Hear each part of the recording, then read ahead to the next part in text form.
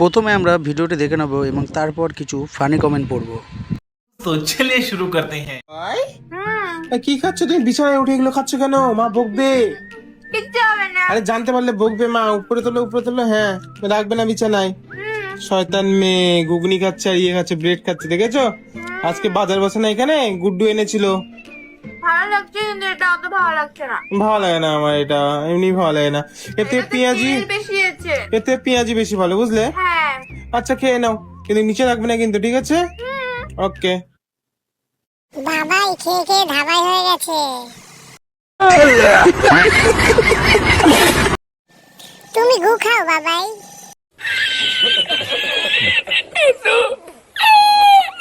আপনার বউ নাকি আপনার মেয়ে ঠিক বোঝা যাচ্ছে না।